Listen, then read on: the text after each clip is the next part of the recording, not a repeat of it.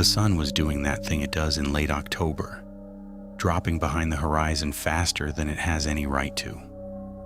I was driving back from a weekend trip, pushing my old sedan through the winding back roads of the state line. My GPS had gone haywire 10 miles back, spinning in circles before finally giving up and showing me a blue dot in the middle of a gray void.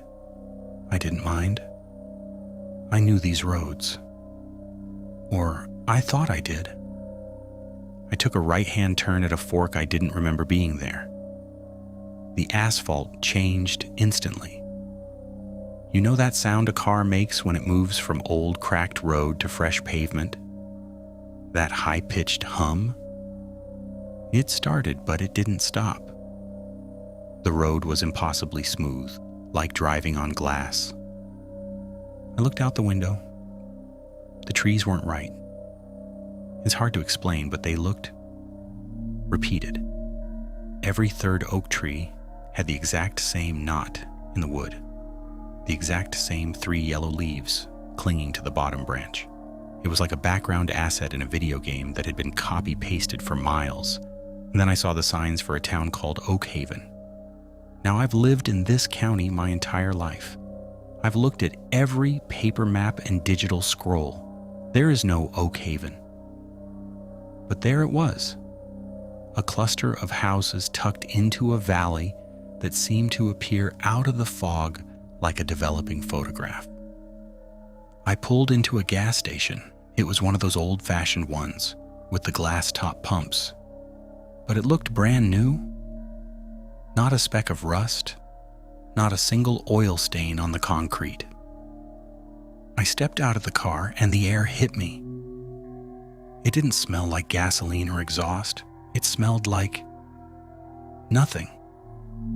Not clean air, but a total lack of scent, like breathing in a vacuum.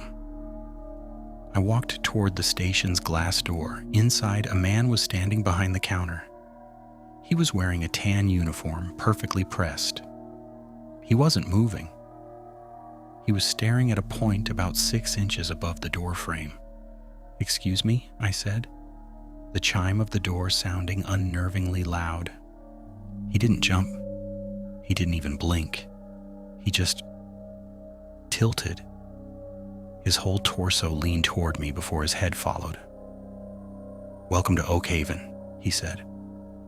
His voice was layered, like 3 people saying the same thing at the exact same time, but perfectly synced. "Do you require sustenance or fuel?" "I'm just lost," I said, my skin beginning to crawl. "I'm trying to get back to the main highway." The man smiled.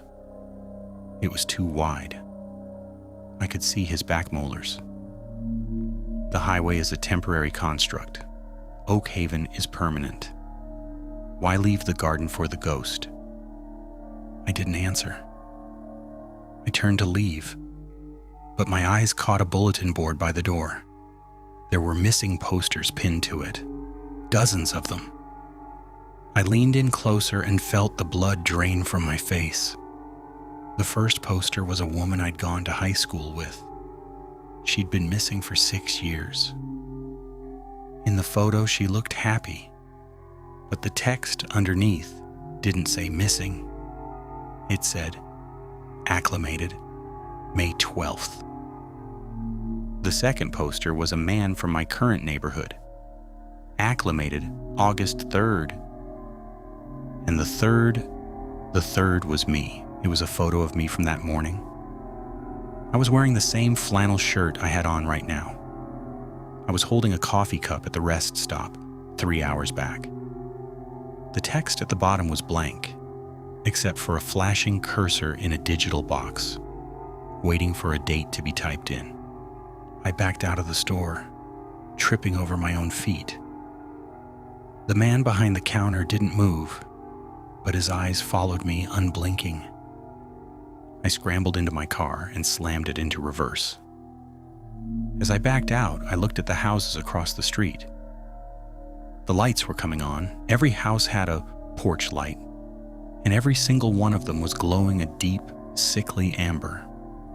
Through the window of the nearest house, I saw a family sitting at a dinner table. They were sitting perfectly still, forks halfway to their mouths, all staring at the road. At me, I floored it. I didn't care about the car. I didn't care about the road. I drove back toward the fork, but the road just kept stretching.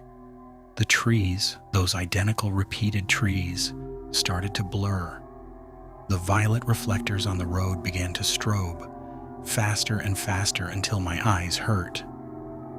I closed my eyes for 1 second, just one, and felt a violent jolt, like the car had been dropped from a height of 10 feet. Crack! My head hit the steering wheel. When I opened my eyes, the smooth road was gone. I was sitting in a ditch on the side of the old, potholed highway. My radio was screaming static. My GPS was barking, "Turn around when possible." I sat there for 20 minutes, shaking, sobbing with a relief I couldn't describe. I'd made it out. I'd found the seam and I'd fallen through it. I drove the rest of the way home in a trance. I pulled into my driveway at midnight. I just wanted to sleep. I wanted to wake up tomorrow and pretend Oakhaven was a vivid, exhaustion-induced hallucination. I got out of the car and walked up my driveway. I reached for my keys in my pocket, but then I stopped. I looked up at my front porch. I have lived in this house for 5 years. I have always used a standard bright white LED bulb for the porch. It's practical, it's what I like. But tonight, my porch was bathed in a deep, thick, sickly glow. I looked up at the light fixture. Inside the glass was a bulb I didn't recognize, and it was glowing amber. I looked down at my hand to unlock the door. My wedding ring, the gold band I've worn since I was 25, was gone.